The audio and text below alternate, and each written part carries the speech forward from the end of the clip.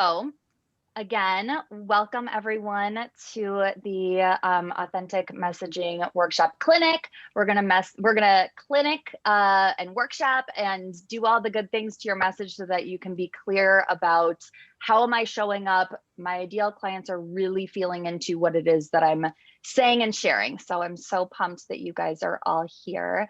And now let's see if that works a little bit better. Okay, here we go. And are you guys seeing this confused looking girl? Okay, perfect. Okay, so let me just even things out here to make sure that you're all seeing what I'm sharing. Okay, can everyone seeing the kind of title page here? Is that right? Yes, okay, I got a thumbs up, perfect. Okay. So again, welcome.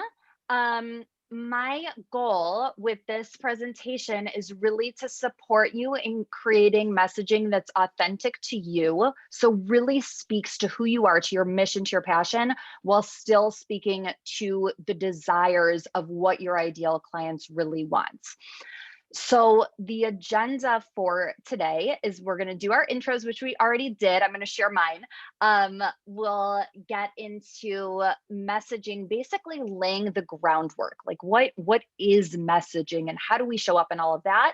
Then we'll shift into the clinic, like workshopping portion, where we'll workshop some of your messages so you can get clarity and really have a sense of where you're going. And then we'll kind of close things out.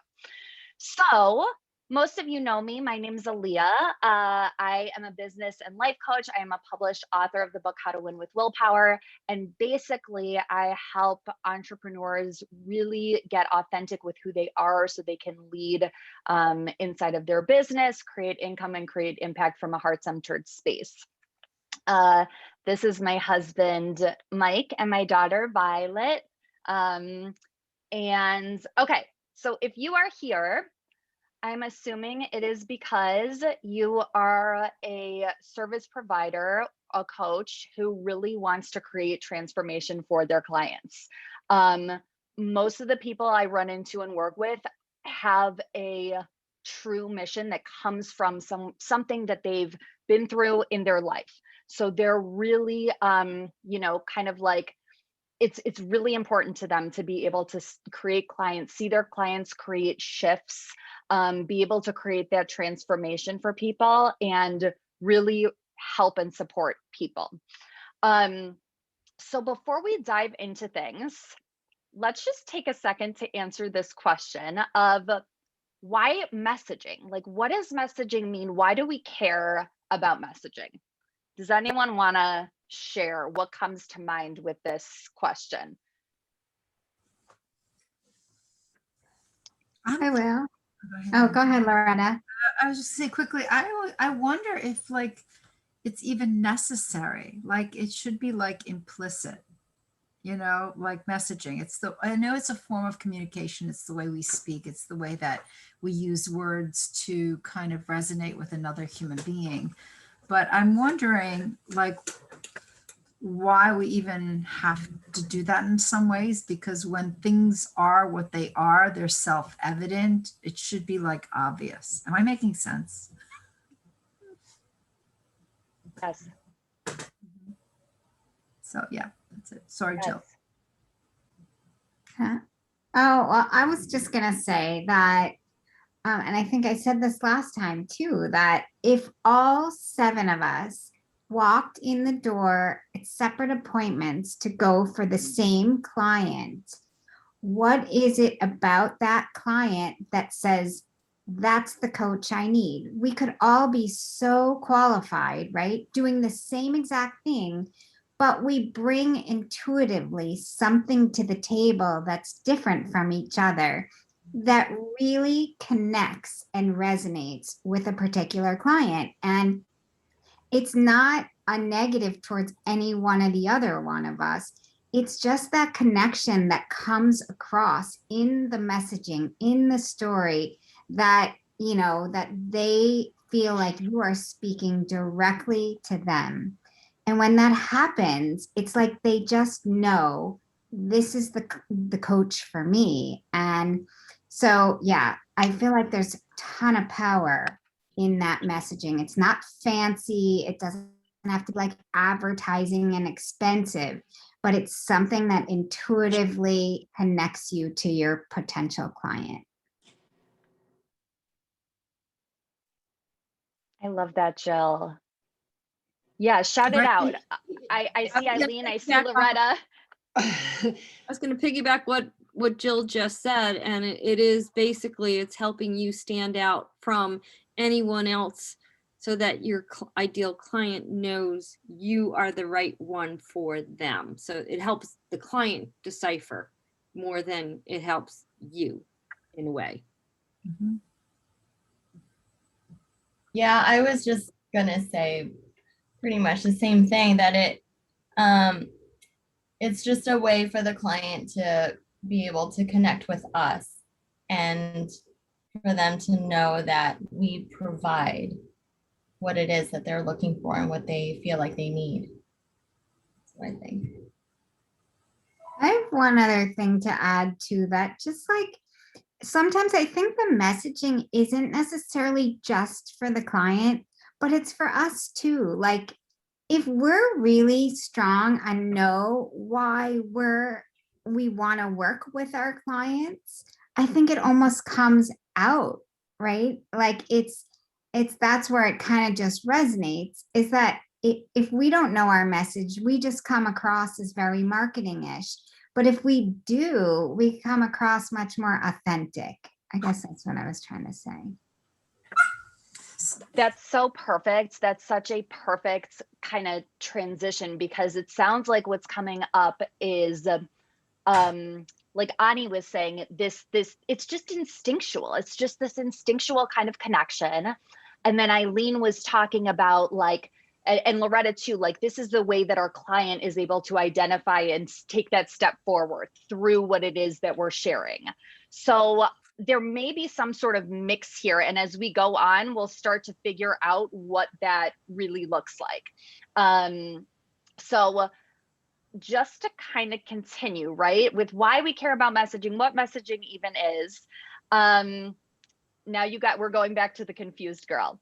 So the question is like, why are we all here, right? Like, what happens? Why are we drawn to this like messaging clinic, right? What happens? Where do we get confused? Where do we get stuck? Where do our prospects get stuck? So some of the things that I see, along with I think a little of what has been shared, is like, okay, I'm sharing from my heart. I'm super passionate. I'm so excited about what I'm doing, but it doesn't seem to be landing with my prospects, or I don't seem to be creating momentum.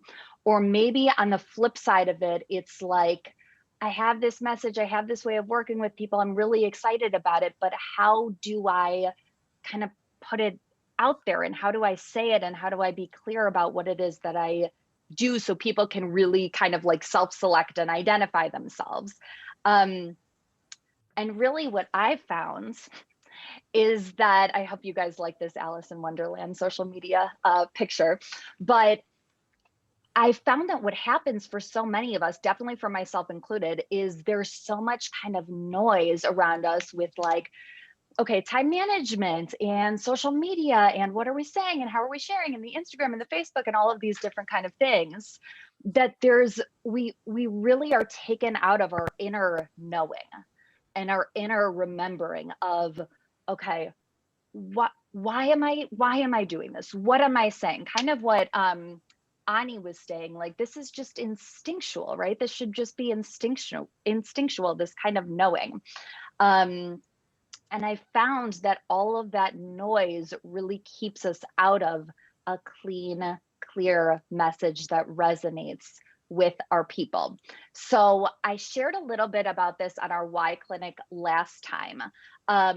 But what I kind of learned myself, because I was like, so, distracted by all the things and all the people telling you how to market and how to do all these different kind of things, is that when I cleared a path and was really able to hone in on who is this person that I'm talking to? What do they want in their language? And what is my why behind all of this? Why am I even showing up and doing this work that I really want to do? That I was able to actually speak directly to my ideal client. And I was able to give up some of those marketing is like sleazy and gross and weird and, you know, icky and all of that kind of stuff. So I want to share with you guys this reframe that I did share on our last presentation, which is that marketing is really a way to share love with your clients before you even start working with them. So I'm going to say that again. Marketing and messaging is a way to share love with your clients before you even start working with them. So what is anyone taking away from this so far? What's coming up?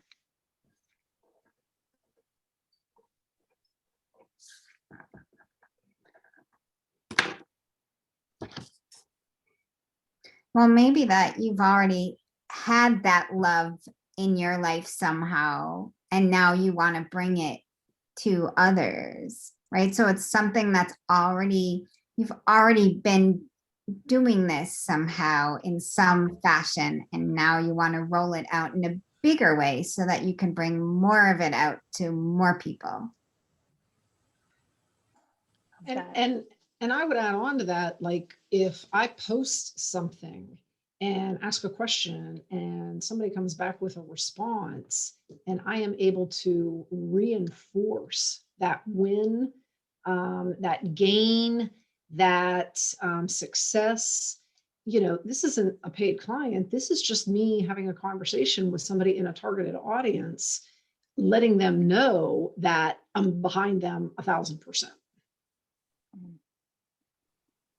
Yeah, I really love this. It's resonating with me a lot because I imagine, you know, all of us here, whatever it is we're doing, whoever we're serving, we love what we do. We love, you know, we love doing our work. And so, I mean, it just sounds like sharing our interest and our passion and the things that we're curious about with people before, you know, actually working with them in like a, you know, where we're actually taking money or whatever, but just sharing our passion with the world, I think.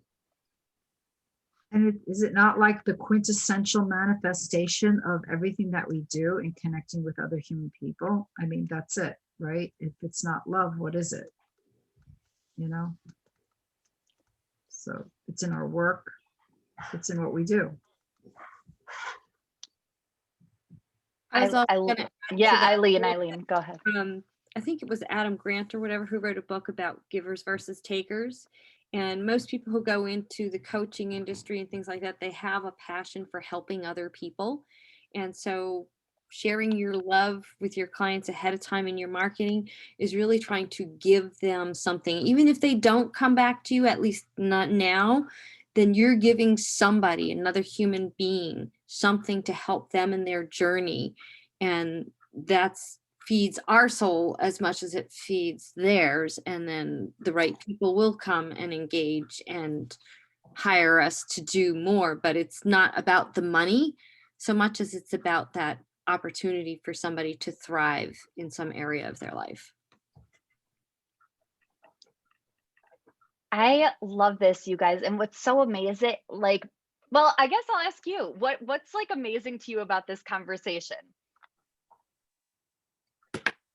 Well, it's taking everything we probably already knew, and it's like taking it out of our head and making it like the invisible visible, so to speak, so that we can actually like play with it and like, you know, use it. Because when it's inside your head, it just becomes all these thoughts that don't even think, like it doesn't feel like they have any real momentum to them. But when you hear them out loud, all of a sudden I'm starting to write all these notes like, oh, wait, this actually might actually matter. Like, I don't know why I never thought this mattered. So, yeah. Kind of almost, Yeah. Jill, like a client would in a discussion with a coach. Yes. Transformational. So if you're connecting your head and your heart together, then you're transforming. If you're only in your head, you often, logic will not allow you to go all the way to that point. I love this. It's like we're having a conversation about marketing and messaging, and we're really talking about head and heart and coming from a heart space. And honestly, almost coaching being the way that we share and the way that we market is just connecting, giving, sharing. Something that I'll put up here is something I put up last time, is this idea that we are really the lighthouse. And when we come from exactly what Loretta and everyone has pretty much been sharing, right? Like we're stepping into our passion, we're stepping into that place of giving, we're sharing what we really know about our ideal client and what it is they're going through, because we've likely been there too. Then we become this light, so that like our ideal client who's in their rowboat out in the ocean, right, is seeing us, is seeing our message directly, and is starting to like be drawn to what it is we're sharing, because we get them and because we're sharing from what we truly care about. So at this point, let me just share this kind of reframe of messaging, which is that messaging is really our ability to reflect our understanding of our client to our client. So messaging is our ability to reflect our understanding of our client to our client. And I think what everyone has been sharing is so dead on with this message, because we're coming from that space of love, we're coming from what we care about, and we're coming from caring. And when we can reflect that caring to our within the way we share, it's going to be very evident that that you're speaking to the person who you're caring about, right? So we're at the point where we're going to dive into the messaging clinic, but before we do, any insights coming up for anyone on anything else, or anything that anyone wants to share before we get to the good stuff?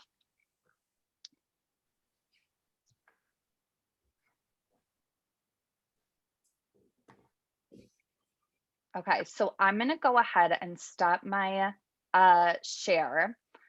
And let's see here. Oh, Maria's here. Hey, Maria. Okay, so we're going to dive into like workshopping some of our messages. So whether this is your website, whether this is something you want to get clear on, who has something that they're like, I am really curious about this. I want to open it up to the group. I want to connect on this.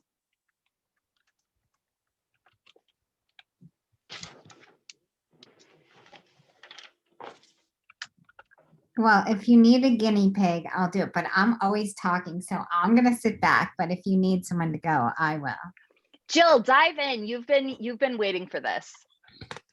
Well, so I don't really have a message per se, but I've been trying to link my story to who I am. So as you know, kind of my why has always been kind of to inspire others to maximize their potential. And so last time I know that we kind of came up with part of the how, which is to open the space to release the stuck and embrace a new empowered view. And as I started to think about that, I started to realize that maybe my story doesn't have to be some deep-seated, long ago kind of thing, but that maybe it was just something that when I was in the scenario of my client, I experienced something and it just has been spinning in my head for so long about it. And it's become my obsession ever since to work with teams because of the experience. So I don't know. So the experience was that I was leading a team. It was a newly formed team. And I inherited the members on the team because I was brought in to do a startup of a new division. And they took people from the organization that they thought would match and they dropped them on my lap, and that was my team.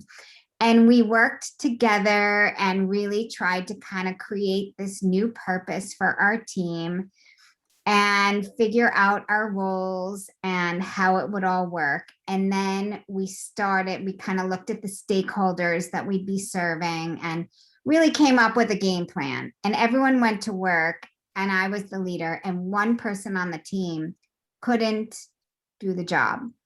And long story short, I worked and worked, and I ended up taking on her responsibilities because I was so I didn't want it to be noticed that she couldn't do it. And I spent so much time, but she just wasn't qualified for the job.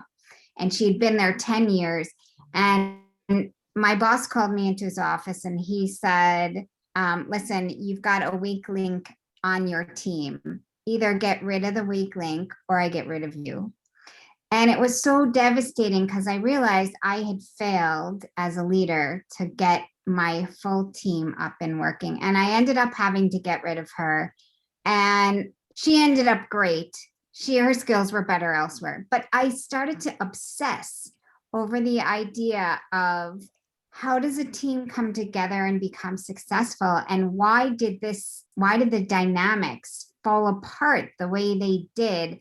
Why was I unable? What in there was I not able to do? And I've been researching ever since, and just realized Jill, that must be why I'm doing this. Yes, that was you beat me to the punch. So what is your question around how does my story connect to my ideal client? My story connects because there's a lot of dysfunction in teams. And the approach that I've taken and the framework, the context that I want to bring out to teams is not just diving into the pain points that they experience that are emerging right now, but peeling the onion back farther to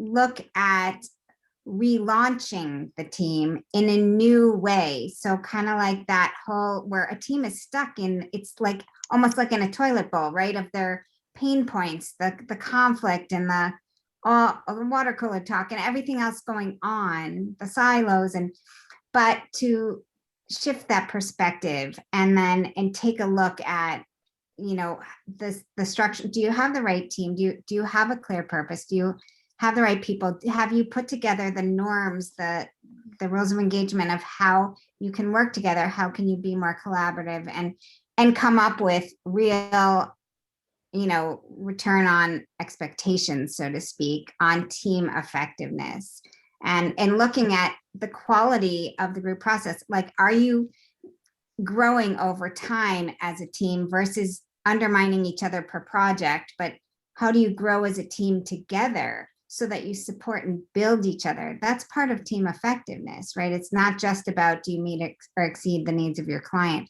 There's other pieces. And so, so it's kind of a relaunch is what I want the message to have, that you can get out of that toilet bowl, so to speak, better words, of course, and relaunch in a new way, new perspective, new empowered view. Yeah. So are you guys hearing who Jill is speaking to? Or what's coming up for you guys when you hear Jill speaking? Like, do you know who her ideal client is? To ask a close-ended question. Ideal client is a stakeholder and somebody she has to be accountable to. So and it's obviously results oriented. And I don't know if you have, choice in the team, but time is a factor, because from the beginning you have to kind of like get that across to the stakeholder, from the onset of who the team is, and have them understand that whatever the outcome is, it's based upon this holistic entity, and win, lose, or draw, that's it, because this is the team. But if the team changes, that, and the stakeholder has that authority, well, then so be it, I guess. Anyone else hearing? I love that, Ani. Like this is a stakeholder who we're talking to. Anyone else have anything that they think of Jill's message or how she's sharing it? Would it be potentially a team leader, him or herself? Jill, like, could you be speaking to others that, serve in that team leadership capacity that, find themselves in situations not unlike yours? Yeah, like I want to speak to teams and team leaders that are held accountable to their stakeholders, right? And so performance is measured in many capacities, right? Because a stakeholder could be internal people that are reporting in, or that team has to do work for another team within the organization.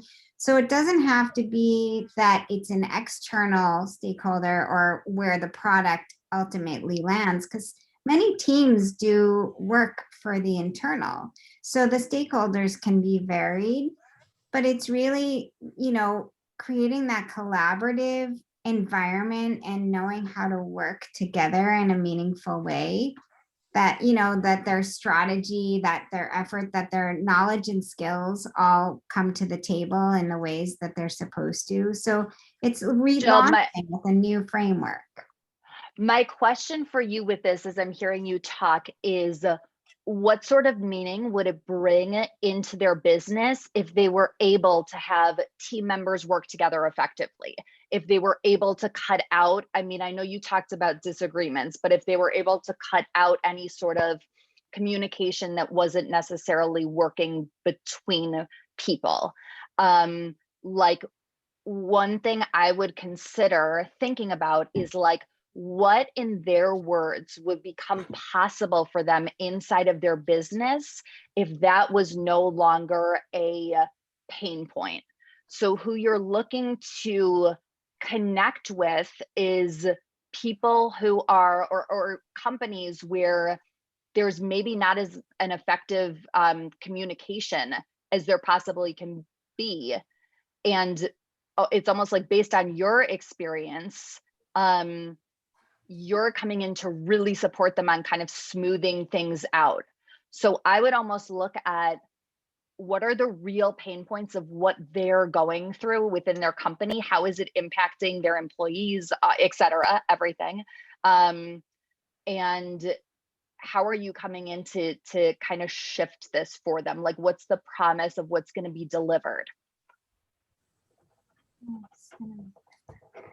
I might add a little bit to that from an experience I had many years ago when I was working in corporate. Is sometimes it's not always the members of one team, but it's two different departments that need to interact that aren't coming together well, and that's causing a disruption in the way that information can flow through an organization. So part of that is really understanding, is it like team members within a particular department or on a task force for a particular project, or is it a cultural thing where one group is not talking well to another group? And so that you can identify, and you may need to modify how you speak based on the different scenarios within an organization. Yeah, it's a little bit of my fear on that space. I love that, Eileen, because like the team right now, I'm still trying to figure out the relaunch of the team. And then of course, when I get in there, right, if I'm hired, then they're going to say, well, we have a few teams here that interact, right? And so then those connections, I have to be prepared for that. And I'm not positive I am on that part, but that would be my ultimate goal, right? Is to be able to. So Jill, those- that's such perfect awareness of like a next step, right? Is like, how do I really work through that? And I think you identified it, like some of that fear around this. And what does that mean? And just because of timing, and I want to make sure that we get to whoever else might need it. Jill, so far, how are you feeling about this kind I have of lots of things to think beginning your- about now. Yes, Yeah, yes. like to pull in and try to keep moving forward. Try to keep moving. Thank Yes. you. I hope you got some good nuggets, and we'll keep moving forward with it. Okay. Who else has anything that they want to share? Anything coming up? Any message that they want to get clear on? Ideal client? I just have a question, like kind of a question, general question around messaging. I've learned it in like different ways before, and so I'm just curious in this capacity, like how we're doing it. But in the past, I've learned that it's like, you know, maybe one or two sentences, like kind of honed in on like exactly what it is that we do. So I'm just curious, like in this particular capacity, I know you said messaging is our ability to reflect our understanding of our client to our client. I don't know. I feel like I understand a lot of things about my client. Like, so is everything the messaging? Are we getting into content now? Like maybe just some clarification. Yes, so good, Loretta. So I'll speak to that, although so for our last clinic, we kind of talked about this, that basically your why, like the reason you do what you do is going to be the reason that your clients decide to buy from you, because there's so many people who do, you know, there's other business coaches, there's other people who create different things. So what's the ultimate reason? Kind of what I think Jill was talking about at the beginning, why someone would say, you know, I want to go with you. Like you are that person. And ultimately it comes down to our own why, and our own why shining through in our messaging. So what Jill said, and it's kind of similar to my why, is helping people really live into their potential and achieve what it is that they want. And so for someone else who's a business coach, where their why is to create freedom, that's not exactly my why. But that why of freedom creation is definitely going to resonate with a whole bunch of people that most likely aren't exactly my ideal client, although I love freedom too. But mine is really helping people live into their potential. Like, let's keep going, let's succeed, let's get out there, transform. So that's part one of the answer, is connecting your messaging to your why. Part two, and I'm happy to send anyone who wants this replay, and I'll send this out too, so you guys don't have to scramble trying to write down notes if you are, is we're really thinking about our ideal clients' top 3 challenges, right? Like, what are the top 3 things that our ideal clients are saying in their words are most challenging for them? Like, what's kind of, I know this is a little cliche, but it's really true. Like, what's keeping them up at night, right? What's getting them to be like, oh, I want to solve this. So for example, well, does anyone have a sense of what their ideal clients' challenges might be? And we can kind of peel it apart a little bit. I mean, I can talk a little bit about mine and you know the women I work with, unless someone else wants to go. Yeah, and you know what? Yeah, Loretta, go ahead. And if we don't get to it to everyone, I promise we'll have another one of these, or you can book a call separately with me and we can kind of chat this out. But yeah, Loretta, go ahead and share what comes up for you with challenges. Okay. Yeah, I've only declared a niche like maybe 3 months ago, and it sort of shifted in that time as I'm working with clients in this area. In the past, I think when I first started, I wanted to work with women who just feel uncertain in their relationships. You know, there's a lot of uncertainty or doubt, or a sense of maybe sometimes they feel like they're settling in the relationship, that sort of thing. But now as I'm working with clients, I'm finding that, so let's see, challenges. So a challenge that is kind of pervasive in the clients that I'm working with is that, you know, once they get into a relationship, they have a tendency to do like this sort of over accommodating thing, this like, you know, where I've heard that they feel like they're a chameleon in a lot of ways because they get into a relationship and they morph into, you know, this person, and then they get into another one and they morph into a different person, whoever they think their partner wants them to be. So I think that that's one challenge. Another challenge is just, you know, authenticity and vulnerability, like having a difficult time with, obviously, if you're like a chameleon and you're over accommodating, then there's a lot of issues with like speaking up when something's not working for you, or, you know, expressing your feelings about something when there's like a, you know, something, you know, they're struggling with in the relationship or something. And another challenge, those are like kind of the two that are kind of top of mind. I'll have to think about the third one. That's sort These of are so good. These are so good, Loretta. What came to mind for me as you're talking, right? Like, and I think probably everyone can maybe take away something from Loretta's ideal clients, and just the way that we're going to kind of workshop hers. But if this is someone who is a chameleon, who, you know, they want people to really like them and all of that, the deep challenge I'm almost hearing here, and again, you'll want to do some market research with your clients. I know you've done that too.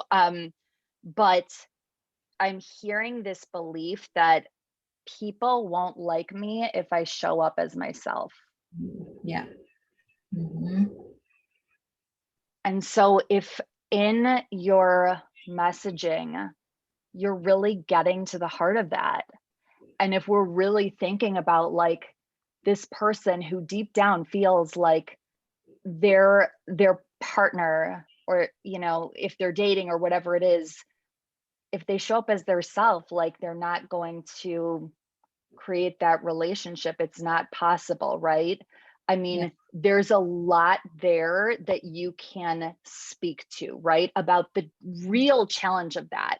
I think we were talking about this last time, but with all of these things, there is a pain to it. You know, even if we're selling like something that is like fun and exciting, right? Like there's a there's a pain to that. Like I can totally relate to that. Like, oh my God, like if I like, will people not like me if I don't show up as myself? Like if you speak to that, that's so that really gets to the emotion of things. So that would be one of them, I think, for you, Loretta, is that is one of the biggest challenges. And when you show up knowing that for your people, they're going to know that you get them, and that's really the first step in your marketing messaging to creating that real like connection with them. I love that. Yeah, fear of rejection is real for sure. Yes. Yeah. I would go even another step with that, is that whether or not they're afraid of showing up as themselves, or whether they really know who they are. They may have started that as a coping mechanism at a really young age. Maybe they had a parent disapproving of them often, or a sibling, or a teacher, or whatever, that they tried to change who they were showing up as to please them and to get acceptance, to the point that if they've done it for a long time, do they even really know who they are and who their right person is for them? Mhm. So true. I have a comment.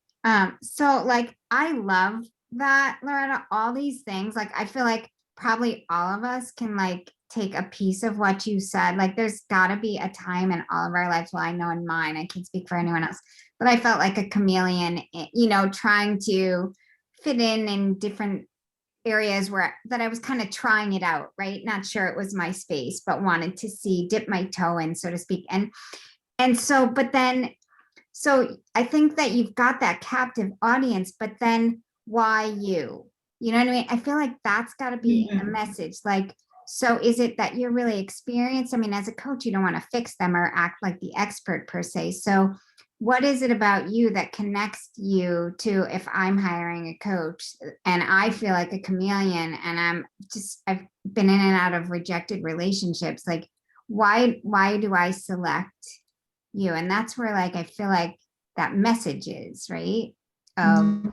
What is it that you bring to the table that makes me know that I can totally relate to you, and I'm so excited to work with you as my coach. Jill, you hit up something that I've heard of from other spaces is that there used to be a time, and I studied with somebody else years ago, where there's different ways to be that expert out in the world. And sometimes you could just be that reporter where you're gathering information. But another is that you've actually experienced it and you're on the other side to help people.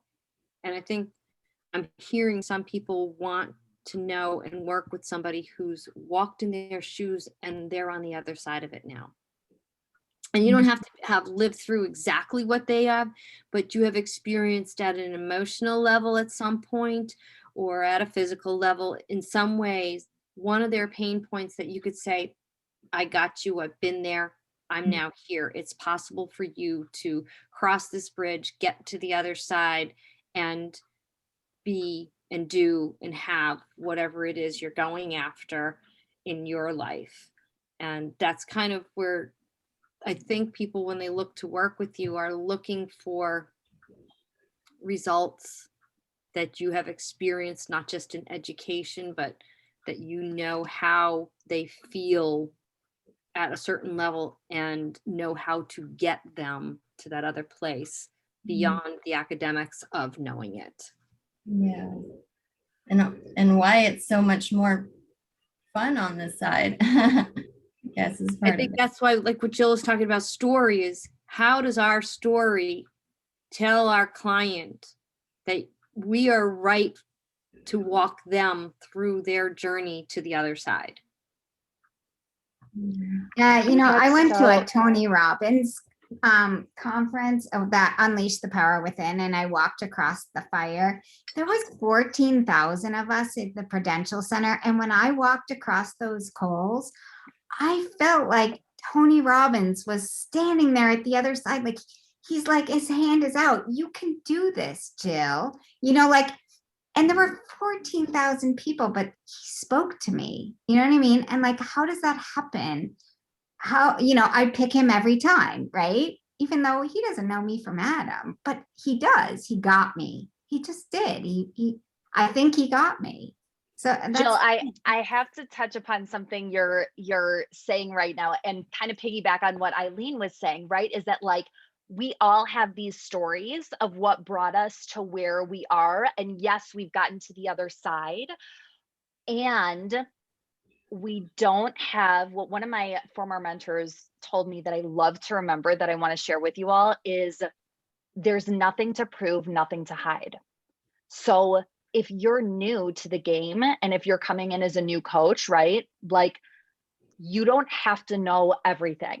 I don't know everything about messaging, like, and I've been in the game. Like, I don't know everything about business. You don't have to know everything, right? You don't have to be an expert on it all, or like Loretta know like the top 10 ways to fall in love with your amazing, you know, whatever. Even though maybe you do. But Jill, I think what you said, Tony Robbins was standing there at the end of those calls and he had his hand out and he was like, you can do it, right? We all have that capacity to be that cheerleader.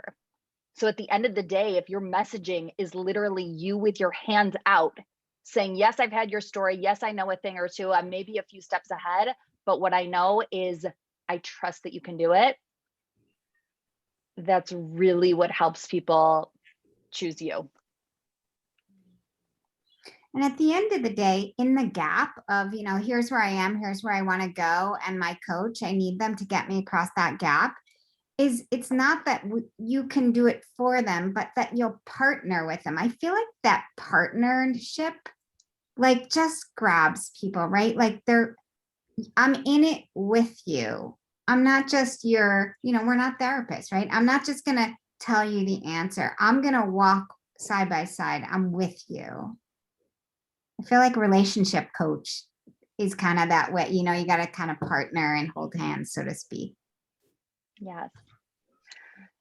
So we have just a minute or two left. Does anyone have any like lingering questions or anything at all? I know we didn't get a chance to get to everyone's, but I am going to be hosting more of these workshops. If you want to hop on a call with me, you're more than welcome to. Just DM me. And yeah, I hope that this was supportive. I'm gonna jump off.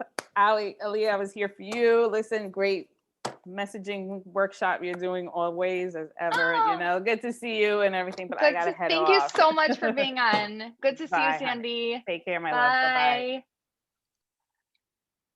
I'm going to ask a quick, well, hopefully it's quick for everybody to answer, but in my coaching as a business coach, I'm not a marketing coach, so I don't focus on their message or, whether they should be on Facebook or LinkedIn or Instagram or wherever. I'm really helping them to operate that business in a way that they can have their life too.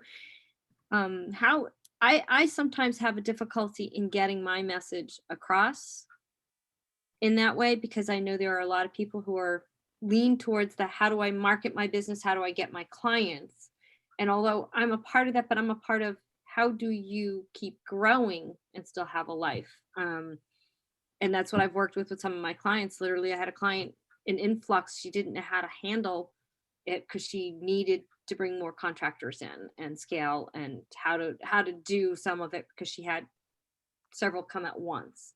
She's not a coach. She's a CPA. That's my prior world.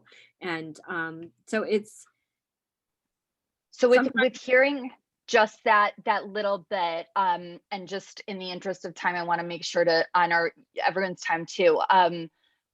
What's coming up for me is that if this person is scaling, you said she's a CPA. Actually, I helped her jump from corporate and grow to 6 figures. So amazing. I helped her from day 1 to 6 figures. Amazing. Okay. I'm hearing that the point that you shared of where she was at is she was overwhelmed with this influx of business and she needed to hire. Right. Yeah. Right. And I think it's so perfect, Eileen, because you're right. Like you're helping the person who's ready to scale and they want to make their business work for them. They're in that overwhelm of, how do I handle all the things that are coming my way and still do things the way that they're doing it? And they can't still do things the way that they're doing it. They have to shift. So you're almost speaking to helping them leverage their time, helping them leverage their, helping them leverage their time and their ability really to outsource in order to create more freedom for themselves. Because if we're thinking about this person, they're overwhelmed with the amount of business coming to them. They can't handle all of it, right? They're almost like, it's like a whack-a-mole where they're like, right? They're moving so fast. Stage. See, that's what it is. It's like, I'm not the scaling coach, because literally I helped her with day 1 of, okay, what does she do? And it's like, all right, what tasks do you need to be doing? And it was all along her journey from, she wasn't exactly at 0 because she had a side business, but to get to the 6 figures was helping her during COVID when she got caught. But it was that, okay, how do I have my life? I have my kids. I'm now homeschooling. I got this. My husband wasn't on board. And so there was a lot of life happening with that. What are you doing inside of your business to have your life outside of your business as you are growing? Some of it in one stage, it was when and where to bring people on. Another stage was not to take on this initiative until you've seen evidence over here to save you money. There's a lot of business decisions. There's a lot you're supporting her on. Yes. Okay. Let's try to connect offline on it. Cause I feel like you do have something, you have something for sure. You've definitely helped her. So the question is, how can you kind of showcase that? Yeah. Loretta, and then had- we'll close it out just to maintain everyone's time and space. Yeah, Loretta. Yeah, I had a couple of thoughts as Eileen was talking. I would think that your clients maybe are dealing with a little bit of controlling tendencies, maybe a little bit of perfectionism. I don't know. Yep. Maybe I should be wrong because when it comes to scaling, a lot of it is what can you relinquish control of, and and also maybe some boundary work too. Just knowing what their boundaries are, how much time to spend with the family, how much time to spend on work, what can you outsource, what do you not want to outsource because you're scared of outsourcing because you want all the control and perfectionism. I don't know. It's kind of just like what's coming up for me as you're saying that. And all of that did come up in our work together. And I've actually heard some other people saying they weren't willing to let go. They were trying to grow their businesses, but they didn't want to bring other people in. And it was like, well, there's only 24 hours in a day. So Right. if you don't let go of something and delegate it, you can't grow beyond what's physically available to you. And that's, type of thing. You have a book there. What Jill was has a book I just wanted recommendation. to show you this book. It's called Disrupt Yourself. Ah. And it's by Whitney Johnson. And she is so great. I love her. And basically what she's a disruption coach. And this is mastering relentless change and speeding up your learning curve. And so sometimes as we grow in business, like we'll be kind of the sweet spot's kind of that like upward part where it's hard, but not too hard. It's challenging, but not overwhelming. But at the beginning, you're in that overwhelming phase, and it's kind of learning how to like love that phase of overwhelm and get yourself into the sweet spot. But once you get to the top where it plateaus, you either have to accept that it's going to get a bit boring, or it's time to jump to your new S curve and re-overwhelm yourself. And it sounds like some of your clients are like in that space where they grew, and now it's time to like jump into the fray again. And it's like a lot going on.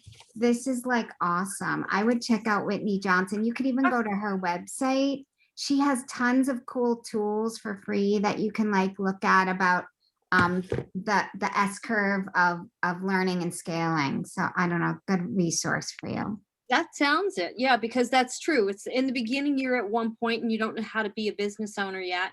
And then you might plateau for a little bit. And then to get to the next level, you have to be a different person. You have to change your identity along the way. You can't keep doing That's, I think, Eileen, where your sweet spot is. It's just speaking to that sort of person.